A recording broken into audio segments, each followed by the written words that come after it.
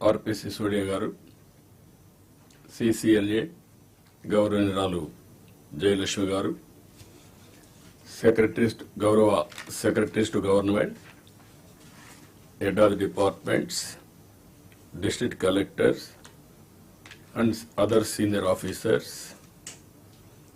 ఇప్పుడు ఇక్కడ మన కాన్ఫరెన్స్ కూడా అందరూ కూడా ఒకే వేవ్ లెంగ్త్ లో పనిచేయాలని డిస్ట్రిక్ట్ లెవెల్లో ఉండే డిస్ట్రిక్ట్ ఆఫీసర్స్ అందరినీ వీడియో కాన్ఫరెన్స్ లో పెట్టాం. అక్కడ ఉండే డిస్ట్రిక్ట్ ఆఫీసర్స్ కి అందరికి కూడా నా నమస్కారాలు. మొట్టమొదటిసారిగా కలెక్టర్స్ కాన్ఫరెన్స్ కి మీకు అందరికీ స్వాగతం. ఇది ఒక హిస్టారికల్ కాన్ఫరెన్స్. ఎప్పుడు కూడా ఎప్పటికప్పుడు ఒక లక్ష్యాలను నిర్దేశించుకుని తద్వారా ముందుకు పోవాల్సిన అవసరం ఉంది. నేను ఈరోజు కొత్తగా ఈ కాన్ఫరెన్స్లు పెట్టడం లేదు.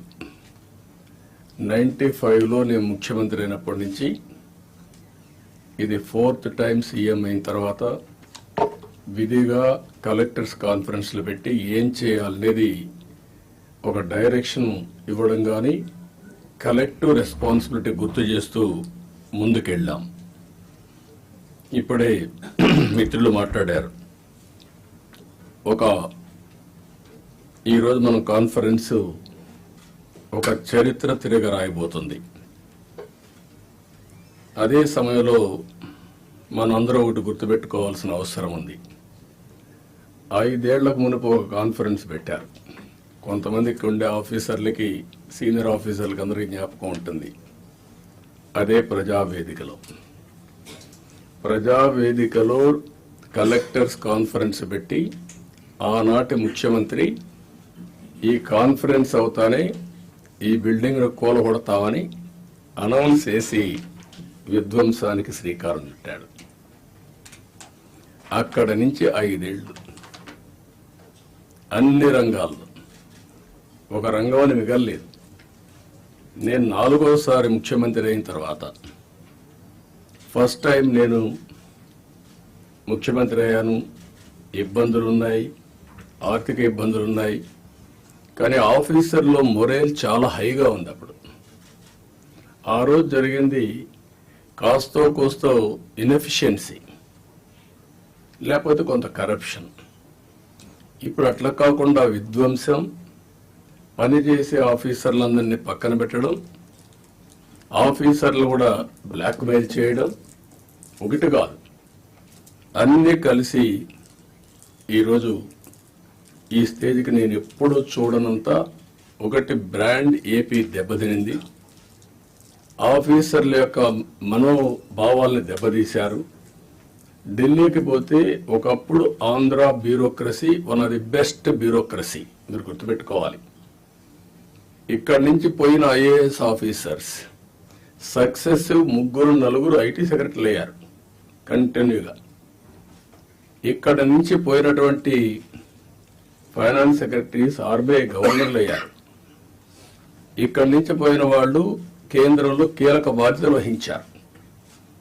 వరల్డ్ బ్యాంక్ వెళ్లారు. ఈరోజు మనం చూస్తా ఉంటే ఆంధ్ర ఆఫీసర్స్ అంటే ఢిల్లీలో కూడా అన్టచబుల్స్ కింద వీళ్ళు ఏమి చేయలేరు అనే పరిస్థితికి వచ్చారు. ఎప్పుడు కూడా మనం గుర్తుపెట్టుకోవాల్సింది, నేను ఇంత మునిపే మీతో చెప్పాను, ఒక చిన్న తప్పు జరిగితే కరెక్ట్ చేయొచ్చు, కానీ టోటల్గా విధ్వంసానికి గురైనటువంటి రాష్ట్రాన్ని మళ్ళీ పునర్నిర్మాణం చేయాలంటే ఎక్స్ట్రా ఎఫర్ట్స్ కూడా మనం అందరం పెట్టాల్సిన అవసరం ఉంది. నేను రాజకీయాల్లో 45 ఇయర్స్ ఉన్నాను, 4.5 decades ఉన్నా. గ్రామాల్లో కరెంట్ లేని రోజులు, రోడ్లు లేని రోజులు, అక్కడి నుంచి ఈరోజు చూస్తే కరెంటు ఊర్లోనే ఉత్పత్తి చేసుకునే రోజులు, కార్లు ఆటోమేటిక్ కార్లు వచ్చేసి డ్రైవర్లెస్ కార్లు వచ్చే పరిస్థితికి వచ్చింది. అంటే మన కళ్ళ ముందరనే ఇప్పుడు మన వాళ్ళు మనం చేసిన ఇక్కడ ఇంకొక విషయం కూడా మీరు గుర్తుపెట్టుకోవాల్సిన అవసరం ఉంది. అన్నింటికంటే పబ్లిక్ పాలసీస్ అనేవి చాలా పవర్ఫుల్.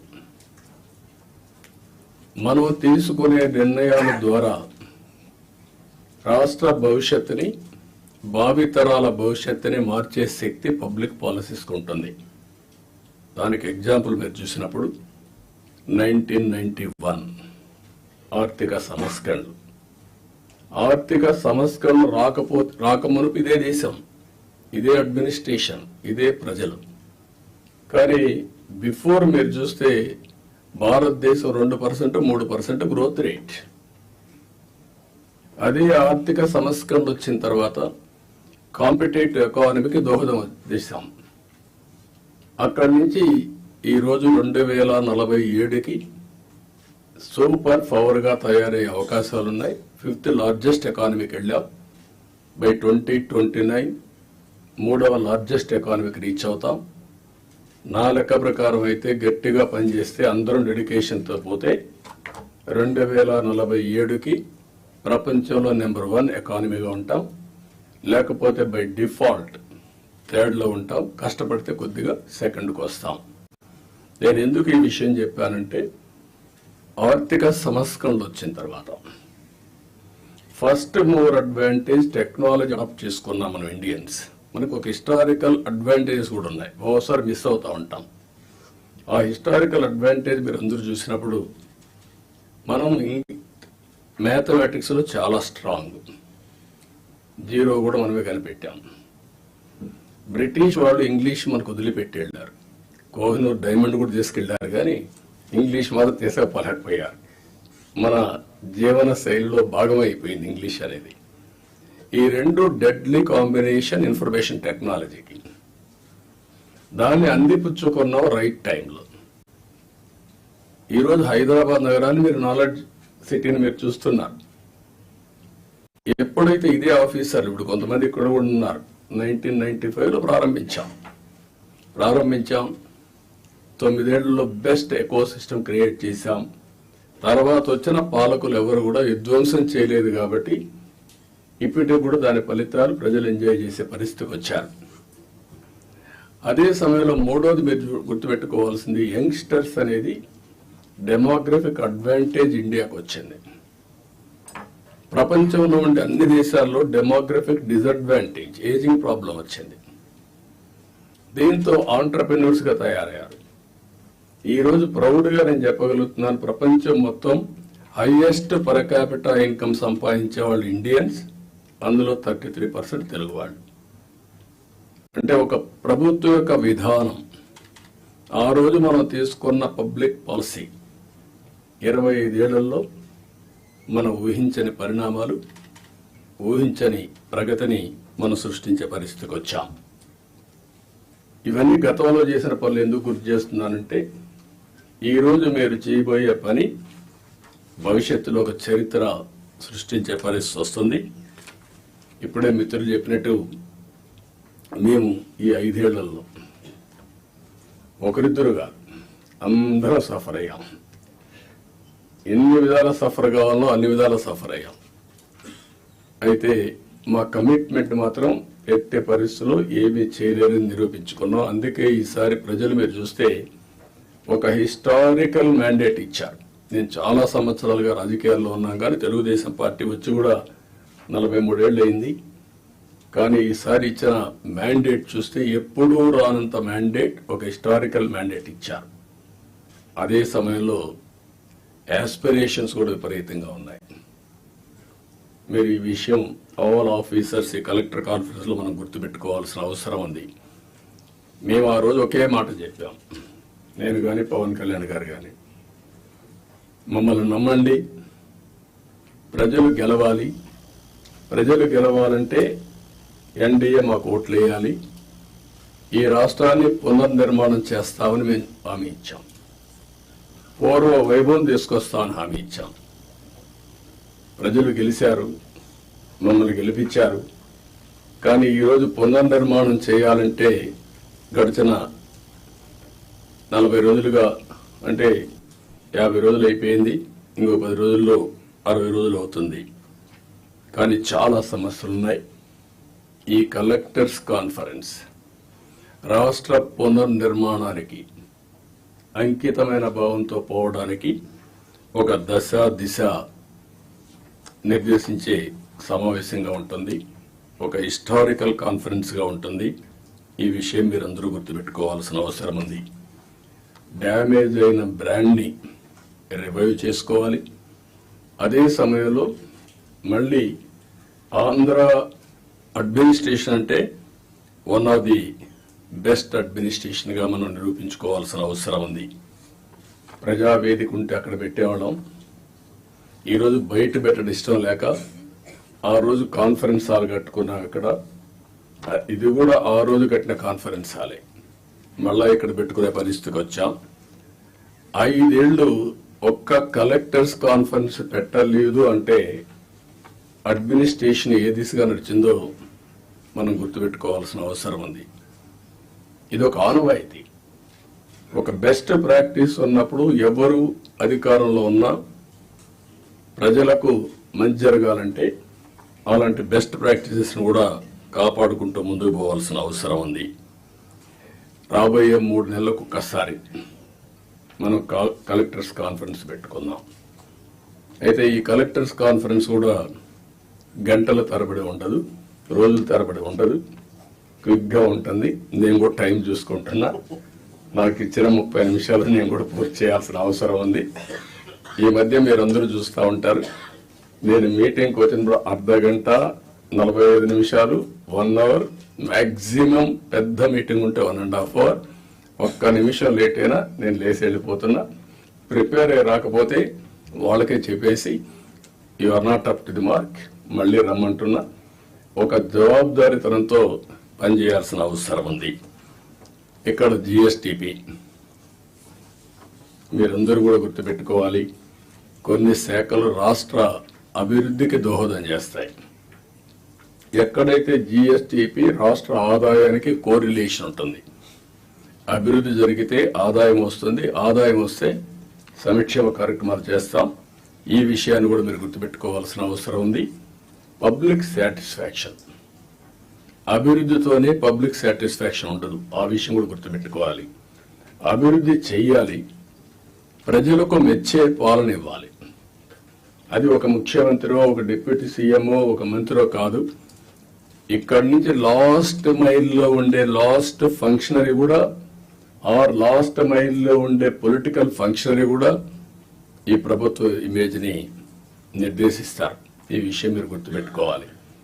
అలాంటి అందరినీ కూడా ఒక ప్రాపర్ డైరెక్షన్ కానీ, ఒకవేళ అవసరమైతే దారి తప్పినప్పుడు కంట్రోల్ చేయడం కానీ చాలా అవసరం.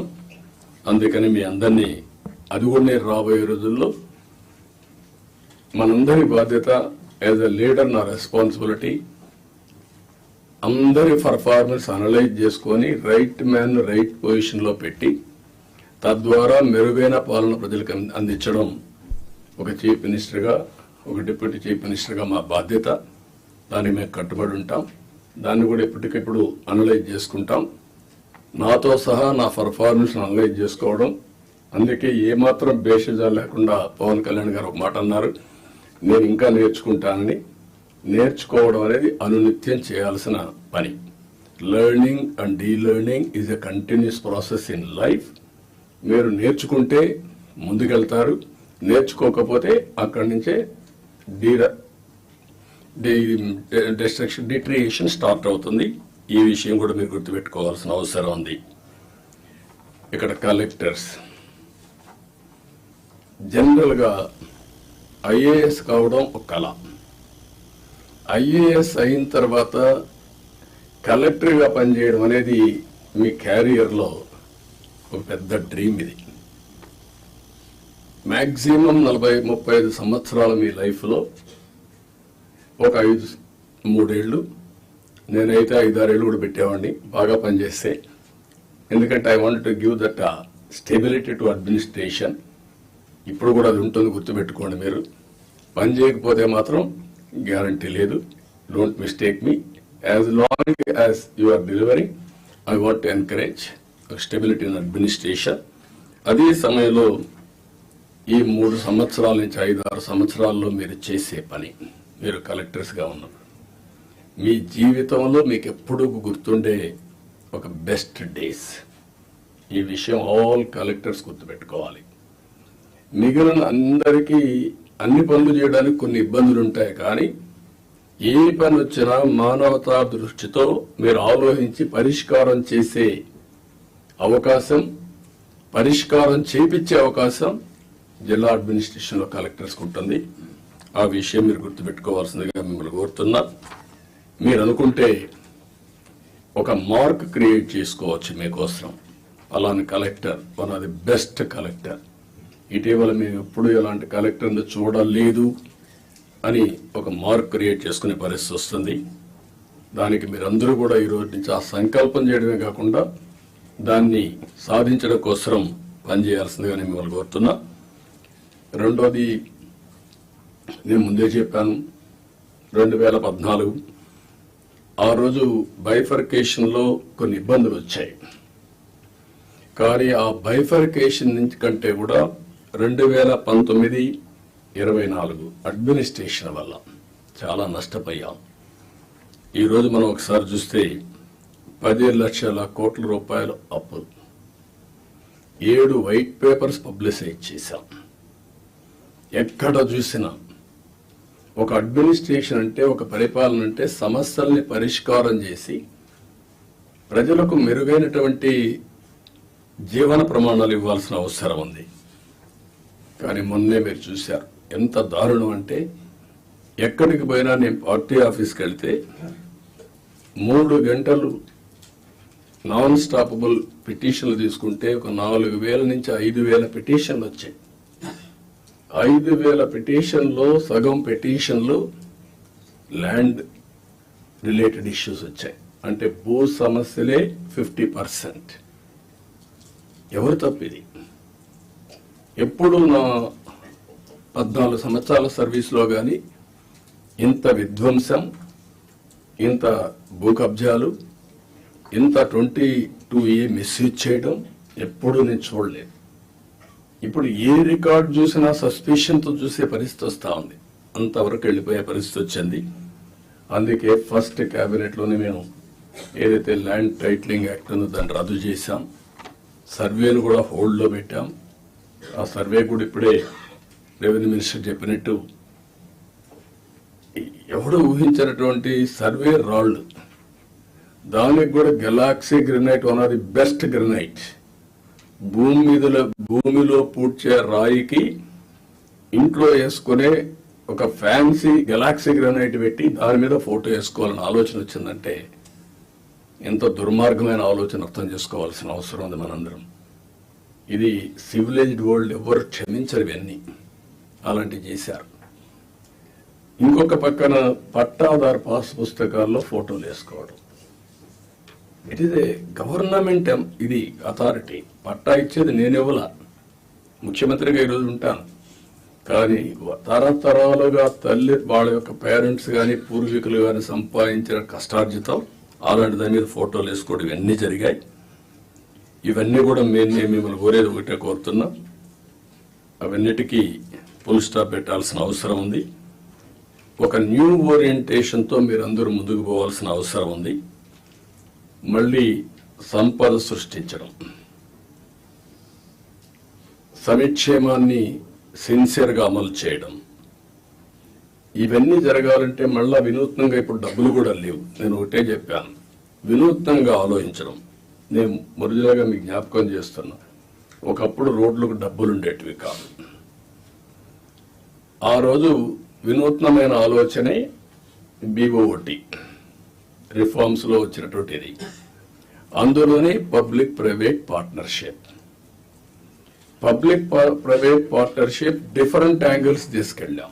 Over a period of time develop చేశాం. ఇప్పుడు వైబిలిటీ గ్యాప్ ఫండింగ్ ఇచ్చే పరిస్థితి కూడా వచ్చాం. గవర్నమెంట్ ఆఫ్ ఇండియా ఇంకొక నిన్న మొన్న మనం చూస్తే ఏదైనా ఒక కార్యక్రమం చేస్తే ప్రైవేట్ వ్యక్తులకు అప్పచెపితే, ఏ సర్వీస్ కానీ మ్యానుఫ్యాక్చరింగ్ కానీ ఏ ఇష్యూ అయినా నష్టం వస్తుందంటే, నష్టం వచ్చిన రోజులు వైబిలిటీ గ్యాప్ ఫండింగ్ ఎంతైతే నష్టం వస్తుందో దాన్ని రాష్ట్రం కేంద్రం ఇచ్చే విధానాన్ని తీసుకొచ్చారు. దీనివల్ల ఎఫిషియన్సీ పెరుగుతూ ఉంది. కాబట్టి ఇలాంటి వినూత్నమైన ఆలోచనలు కలెక్టర్స్ కూడా చేయాల్సిన అవసరం ఉంది. డిపార్ట్మెంట్స్ కూడా చేయాల్సిన అవసరం ఉంది. ఇది మీరందరూ గుర్తుపెట్టుకొని ముందుకు పోవాలి. ఈరోజు మొన్నటి వరకు మీరు చూస్తే నెలకు 2,737 కోట్లు పింఛన్లు ఇస్తున్నాం. ఏడాదికి 33,000 కోట్లు ఇస్తున్నాం. 5 ఏళ్లలో 1,64,000 కోట్ల రూపాయలు పేదవాళ్లకు ఒక్క పింఛన్ రూపేణ మనం ఇచ్చే పరిస్థితిలో ఉన్నాం.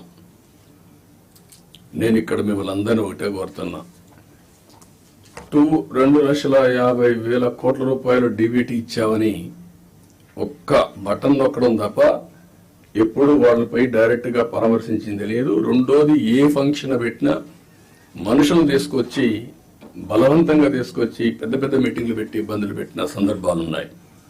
నేను అందుకే మిమ్మల్ని అందరినీ ఒక ఇది కోరుతున్నా, రాష్ట్రంలో అందరం ఎవ్రీ మంత్ మొదటి తారీఖున పేదల సేవలో అనే కార్యక్రమం కింద మనం అనుసంధానం కావాలి. అంటే ఒక పూర్ మ్యాన్ చూసినప్పుడు వాడి పరిస్థితులు మనం అధ్యయనం చేసుకుంటే మీ మైండ్లో పనిచేస్తుంది.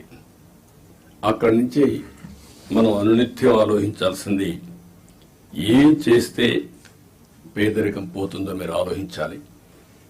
జీరో పావర్టీ అనేది ఈ ప్రభుత్వం యొక్క ఒక నిర్దిష్టమైన ఆలోచన. ఫస్ట్ నేను అందుకే PPP మోడల్ చెప్పాను. ఇప్పుడు P4 మోడల్ అంటున్నాం. P4 మోడల్ అనేది public private peoples partnership.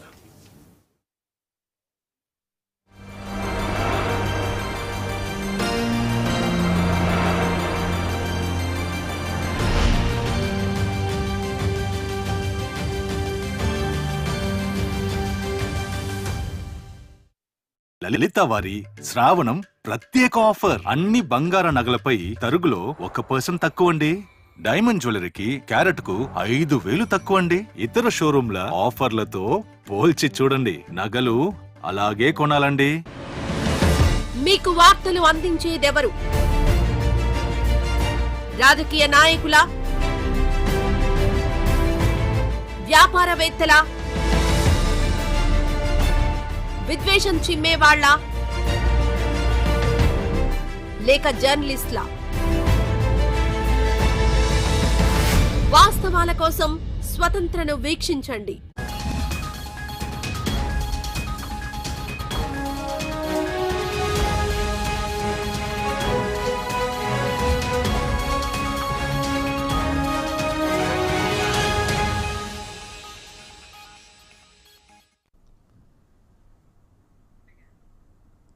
Right, 2047 ప్రపంచంలోనే అతిపెద్ద ఆర్థిక వ్యవస్థగా తయారవుతాం. 2047కి సూపర్ పవర్గా తయారయ్యే అవకాశాలు కూడా ఉన్నాయన్నారు సీఎం చంద్రబాబు నాయుడు. ప్రస్తుతం అమరావతిలో కలెక్టర్ల సదస్సులో ముఖ్యమంత్రి చంద్రబాబు నాయుడు మాట్లాడుతున్నారు. ప్రత్యక్షంగా చూద్దాం. ఆలోచనతో జీవన ప్రమాణాలు మెరుగయ్యే విధంగా హ్యాపీగా ఉండేట్టుగా మనం చేయాల్సిన అవసరం ఉంది. ఇది కూడా మీరు చేయాల్సిన అవసరం ఉంది. ప్రతి ఒక్క కలెక్టర్ కానీ ఆఫీసర్లు కానీ ఈ గవర్నమెంట్లో మనం గుర్తుపెట్టుకోవాల్సిన empathy is very very important. నేను ముందే చెప్పాను, గంటల తరబడి మీటింగ్లు ఉండవని. పెట్టుకునే టైం మనం పెట్టుకుందాం, ఎట్లా చేయాలనో నిర్దేశిద్దాం. కానీ రూల్ బౌండెడ్ కాకుండా హ్యూమన్ యాంగిల్లో మీరు ఆలోచించండి. ప్రతి ఒక్క సమయాన్ని, ప్రతి ఒక్క ఇష్యూని రూల్ బౌండెడ్గా మీరు ఆలోచించేంత వరకు సమస్య పరిష్కారం కాదు. కానీ హ్యూమన్ యాంగిల్లో ఆలోచించినప్పుడు అదే రూల్ కింద ఆ సమస్యను పరిష్కారం చేసే పరిస్థితి మీకు వస్తుంది. అలాంటి ఆలోచనకు శ్రీకారం చుట్టాలి. మీ సబార్డినేట్స్ని కూడా ఎక్కడ కానీ మీరు చెప్తున్నా, మన ప్రవర్తనలో ఒక పాజిటివ్ ప్రవర్తన ఉండాలి. ప్లింతీ లాంగ్వేజ్ వాడడం, లేకుంటే మనకు అధికారం ఉందని ఒక పెత్తందారి వ్యవస్థ మారిగా బిహేవ్ చేయడం, అలాంటి ఎక్కడా లేకుండా ప్రతి ఒక్కరు గుర్తుపెట్టుకోవాల్సింది. కొలీగ్స్ని ఏ విధంగా పని చేయించామో రాజీ లేదు, కానీ వల్గర్గా మాట్లాడి వాళ్ళని కొంచెం ఇన్సల్ట్ చేయడం ఇలాంటి చేయకూడదన్న అభిప్రాయం. దాన్ని మీరు ఫాలో కావాలి. మీరు చేసే పని మాకు రిఫ్లెక్ట్ అవుతుంది. మళ్ళీ ఈ విషయం గుర్తుపెట్టుకోవాలి. మీరు ఒక వ్యక్తి అయితే మీకు అన్వయిస్తారు. వ్యవస్థలో ఒక భాగమైనప్పుడు హెడ్ ఆఫ్ ది ఆర్గనైజేషన్ ఎవరైతే ఉంటారో వాళ్ళకు కూడా వస్తుంది. ఈ విషయం మీరు గుర్తుపెట్టుకోవాల్సిన అవసరం ఉంది. రెండోది యాక్సెసిబిలిటీ. మీ టైంని ఇయర్ మార్క్ చేసుకోండి. నేను కూడా ఎవ్రీ సాటర్డే కూర్చొని సీఎంఓ ఏ విధంగా పనిచేశాం, టైం ఎట్లా మేనేజ్ చేశాం, నేను ఎట్లా ఇంప్రూవ్ చేసుకోవాలి, అన్ని విషయాల్లో ఒక పక్క మీటింగ్స్, ఒక పక్క పబ్లిక్ రిలేషన్స్, ఒక పక్క మా పార్టీ వర్క్, అన్నిటికి కూడా మేము ఇయర్ మార్క్ చేసుకొని ముందుకు పోతున్నాం. అందరికి యాక్సెసిబిలిటీ ఇచ్చే పరిస్థితిలో ఉన్నాం. మీరు కూడా వీలైనంత వరకు యాక్సెసిబిలిటీ ఉండాల్సిన అవసరం ఉంది. ప్రజాప్రతినిధులు వచ్చినప్పుడు కూడా నేను ఒకటే చెప్తున్నా, this is a political governance. We are not dictators. Dictators అనుకున్న వాళ్ళు ఎవ్వరు కూడా మళ్ళీ తిరిగి ఎలక్షన్లో గెలవలేదు. మనం గుర్తుపెట్టుకోవాల్సింది, ప్రజాస్వామ్యంలో ఉన్నాం కాబట్టి పొలిటికల్ గవర్నెన్స్ మాకు ఒక మ్యాండేట్ ఇచ్చారు. ఆ మ్యాండేట్ మళ్ళా మీరు పర్వాలేదు కానీ మేము 5 ఏళ్ల తర్వాత మళ్ళా ప్రజల దగ్గరికి వెళ్ళి మళ్ళా ఓట్లు వేయించుకొని వస్తే ఇక్కడికి వస్తాం, లేదంటే అసెంబ్లీ కూడా రాము మేము. ఈ విషయం మీరు గుర్తుపెట్టుకోవాల్సింది. మొన్నైతే మంత్రులు ఒకరో వచ్చారేమో అసెంబ్లీకి, అందరూ ఎవరు అసెంబ్లీకి కూడా రాలేదు. ఈ విషయం మీరు గుర్తుపెట్టుకోవాల్సిన అవసరం. అందరినీ కలవండి, తప్పులు చేయమని నేను చెప్పడం లేదు, కానీ ఏదైనా ప్రజాప్రతినిధులు వచ్చినప్పుడు కరెక్ట్ విషయాలు చెప్పినప్పుడు, వాస్తవాలు మీ దృష్టికి తీసుకొచ్చినప్పుడు మీ బాధ్యత ఆ సమస్య పరిష్కారం చేయడం, ఆ క్రెడిట్ వాళ్ళకి ఇవ్వడం. 5 ఏళ్ల తర్వాత మీరు అక్కడ ఉండరు, మీకు ఆ క్రెడిట్ అవసరం లేదు. ప్రజాప్రతినిధి బాధ్యత, మీ బాధ్యత మీరు చేయడం, మీకు ఒక సాటిస్ఫాక్షన్ రావడం, మీ క్యారియర్లో మీరు చేసిన మంచి పనులు మీకు తృప్తినిస్తాయి. ప్రజాప్రతినిధి వాళ్ళ బాధ్యత అది కూడా మీరు గుర్తుపెట్టుకోవాల్సిన అవసరం ఉంది.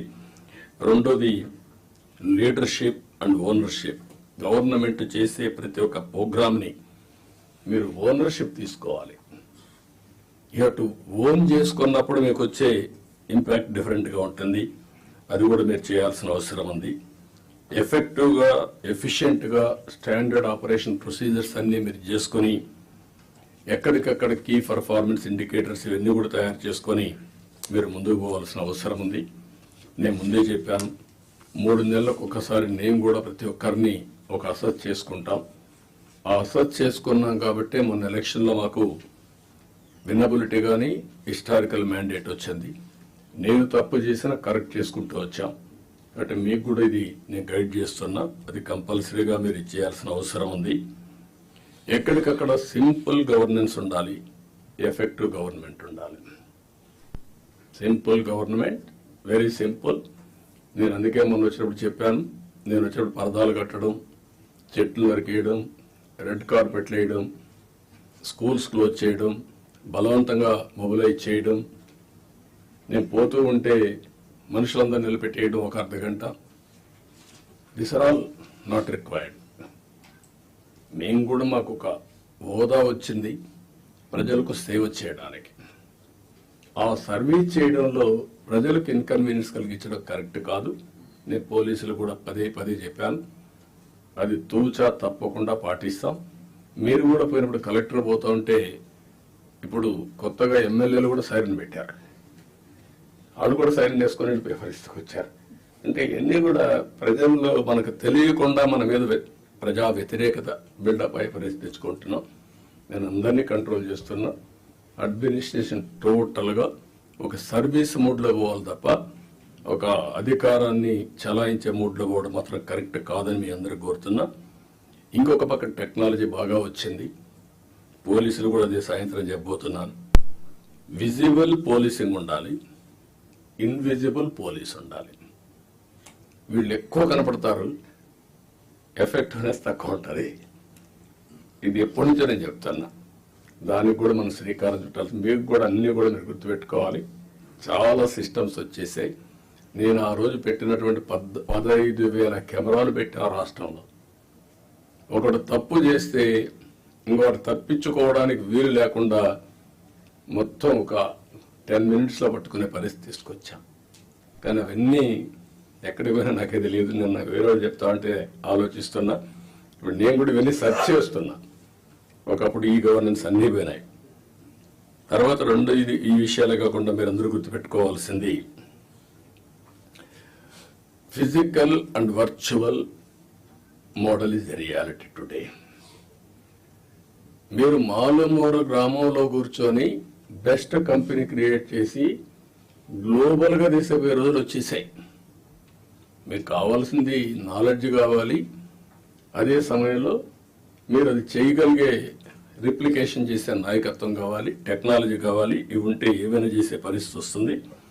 కాబట్టి నేను మిమ్మల్ని అందరూ కోరుతున్న వర్చువల్ గవర్నెన్స్. నేను వాట్సాప్ గ్రూపులన్నీ క్రియేట్ చేసుకోమంటున్నాను. అవసరమైతే రేపు గవర్నమెంట్కే ఒక యాపే తీసుకొస్తాం. ఆ యాప్లో కలెక్టర్స్కి ఏం మెసేజ్లు ఇవ్వాలి, ఎంఆర్ఓలకి ఏం మెసేజ్లు ఇవ్వాలి, లాస్ట్ మైల్ ఏమి ఇవ్వాలి, అవన్నీ వర్కౌట్ చేసి ఇప్పుడు టీసీఎస్ ఉంది, Tata consultancy service. Tata group అందరికి కలిసి ఒక యాప్ ఉంది. ఆ యాప్లో మొత్తం కన్జ్యూమర్స్తో సహా they are doing all these things. దానివల్ల చాలా కాస్ట్ ఎఫెక్టివ్నెస్ వస్తుంది. టు స్టార్ట్ విత్ వాట్సాప్ గ్రూపులు క్రియేట్ చేద్దాం. ఇప్పుడు మా మంత్రులకి అందరూ క్రియేట్ చేసుకున్నాం, సీఎంఓని కూడా క్రియేట్ చేశాం, అన్నీ కూడా స్టార్ట్ చేశాం. దీనికి ఒక ఆర్కిటెక్చర్ ఇస్తాం. ఇది తీసుకుంటే చాలా వరకు మీకు ముందుకు పోయే పరిస్థితి వస్తుంది. రియల్ టైంలో గవర్నెన్స్ ఇచ్చే అవకాశం వస్తుంది, ఎక్కడ ల్యాప్సెస్ లేకుండా. రెండోది, కొన్ని మీరు మంచిని చెప్పడం, ప్రజల్ని ఎడ్యుకేట్ చేయడం.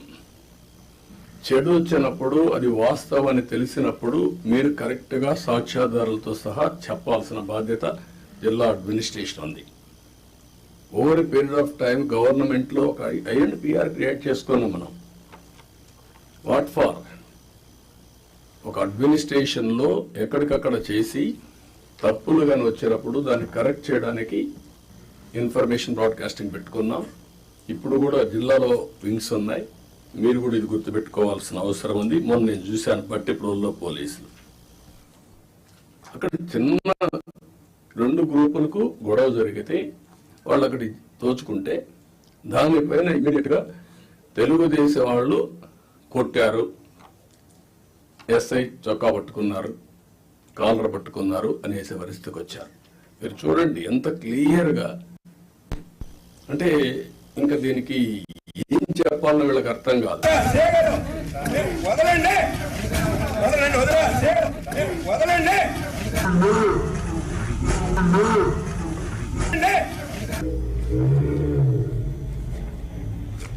వదిలేమని అడుగుతున్నాను.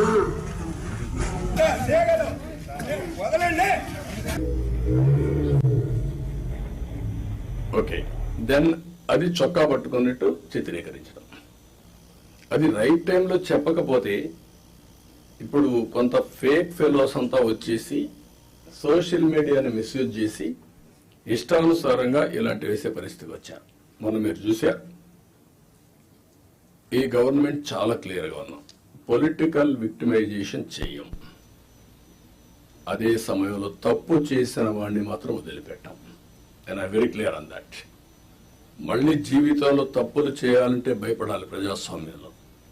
ఈరోజు చేసి తప్పించుకుంటాడు అంటే అది ప్రభుత్వ అసమర్థత. మనం తప్పులు చేస్తే మనకు కూడా అది జరుగుతుంది. That is the message I want to give it very clearly.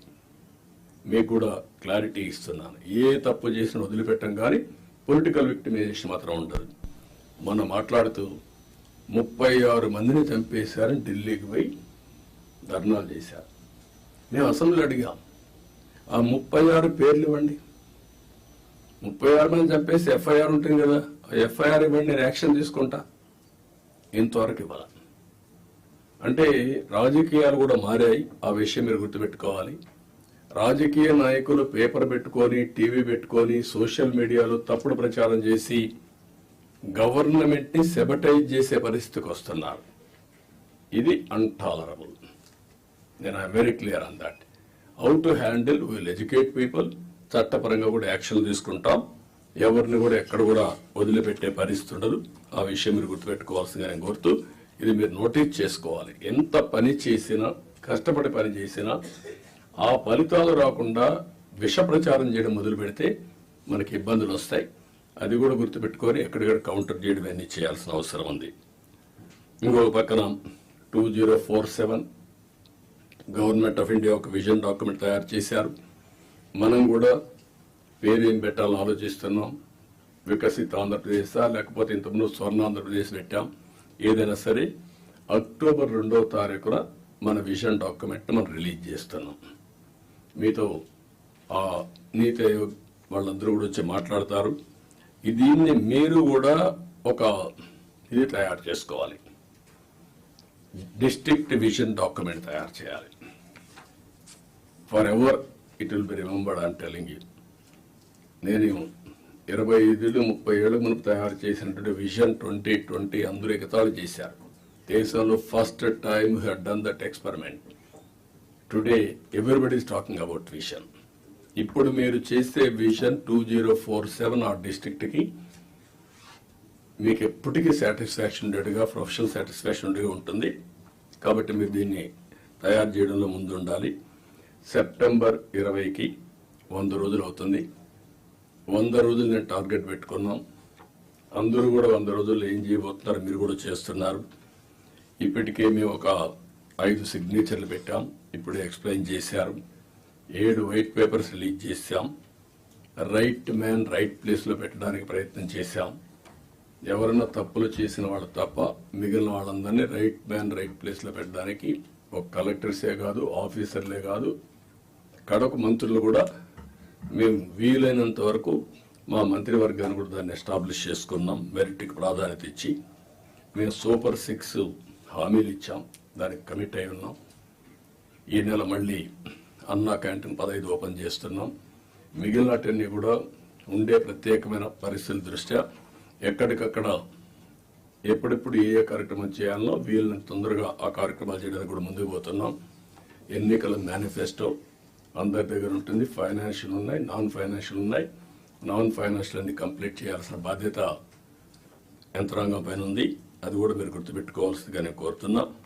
మీరు కలెక్టర్స్ అనేవాళ్ళు ఓన్లీ ఆఫీస్లో కూర్చోవడం కాదు, ఫీల్డ్ విజిట్స్ ఉండాలి, రిమోట్ ఏరియాలో ఉండాలి, వెళ్ళాలి. అది ఎప్పుడు తర్వాత కూడా భావితరాలు మాట్లాడుకుంటారు. పలానప్పుడు పలానా కలెక్టర్ మా ఊరికి వచ్చారు అనేది దే విల్ రీకలెక్ట్. అయితే అదే పనిగా మీరు 2 బ్యాలెన్సింగ్ ఉండాలి. మళ్ళీ నేను ఊర్లే తిరుగుతానంటే కూడా ప్రాబ్లం వస్తుంది. కానీ ఫస్ట్ హ్యాండ్ ఇన్ఫర్మేషన్ క్షేత్రస్థాయిలో ఏం జరుగుతుందో తెలుసుకోవాలంటే మీరు వెళ్లాల్సిన అవసరం ఉంది. ఇది కూడా మీరు గుర్తుపెట్టుకోవాల్సిందిగా నేను కోరుతున్నా. ఒక కలెక్టర్సే కాదు, మినిస్టర్స్, ఇక్కడుండే senior secretaries, head of the departments, ప్రతి ఒక్కరికి కూడా ఫీల్డ్ అసెస్మెంట్ మీకు ఉండాలి. క్షేత్రస్థాయిలో మీరు చూసి వచ్చినప్పుడు మీకు వచ్చే ఆలోచనలు, మీ విధానం టోటల్గా మార్పు వస్తుంది. అవన్నీ కూడా మీరు గుర్తుపెట్టుకోవాల్సిందిగా చేస్తారని చెప్పి నేను ఆశిస్తున్నా. పెద్ద పెద్ద సభలు వద్దు. గ్రామంలో పోతే వాళ్ళే వస్తారు, వాళ్ళతో ఇంటరాక్ట్ కండి, పర్సనల్గా ఇన్స్పెక్ట్ చేయండి. నేను కూడా ఇది అయిన తర్వాత ఆకస్మిక తనిఖీలకు వస్తున్నా. నేను అప్పుడప్పుడు అంటున్నాను 95 CBN చూస్తారని. ఇంకా నేను స్పీడ్ పెంచలేదు, ఇంకా రాలా 95 CBNకి. అప్పుడు కొంతమంది తెలిసిన వాళ్ళు ఇక్కడ ఉంటారు. మినిస్టర్స్ కూడా అప్పుడు పరిగెత్తేసేవాళ్ళని, వీళ్ళు పరిగెత్తిచ్చేవాళ్ళం, మేము పరిగెత్తేవాళ్ళం. ఆఫీసర్లు అయితే చాలా ప్రైడ్గా ఫీల్ అయ్యారు. ఈరోజు హైదరాబాద్ కానీ మొత్తం డెవలప్మెంట్స్ కానీ ఆఫీసర్లే చేశారు. ఈ విషయం కూడా మీరు గుర్తుపెట్టుకోవాలి. ప్రజలు మాకు మ్యాండేట్ ఇచ్చారు. సమాజంలో ఉండే బెస్ట్ పీపుల్ని మిమ్మల్ని సెలెక్ట్ చేశారు డిఫరెంట్ సర్వీసెస్లో. You are professionals. ఆ calibre, administration, organisation skills, communication skills అవి మీకున్నాయి. మాకు ప్రజలు గౌరవించారు, మమ్మల్ని ఎన్నుకున్నారు. ఎన్నుకోనేంటి మీ ద్వారా పనులు చేయించాలి. ఆ విషయం మీరు గుర్తుపెట్టుకోవాలి. మేము పని చేయించకపోతే మా తప్పు, కానీ మేమే పని చేయాలి అంటే కుదరదు. మా బ్యాక్గ్రౌండ్ ఇవన్నీ వచ్చినప్పుడు ఈ విషయాల్లో మీరు అందరూ కూడా క్లారిటీ పెట్టుకొని ముందుకు పోవాల్సిన అవసరం ఉంది. నేను వచ్చినప్పుడు ఒక అంగన్వాడీకి పోతా, డ్రైన్స్ పోతా, డోంట్ మిస్టేక్ మీ. ఒకప్పుడు డ్రైన్లో IAS ఆఫీసర్లు దించిన రోజులు కూడా ఉన్నాయి. దిగి చూడమా ఎట్లుందని మీ ట్రైన్ ఒకసారి దిగండి, మీకు ఒక ఐడియా వస్తుందని తిప్పి చూపించిన రోజులు ఉన్నాయి. చెత్త ఉంటే అవన్నీ చూపించిన రోజులు ఉన్నాయి. అక్కడే మీడియాలో ఎక్స్పోజ్ చేసిన రోజులు ఉన్నాయి.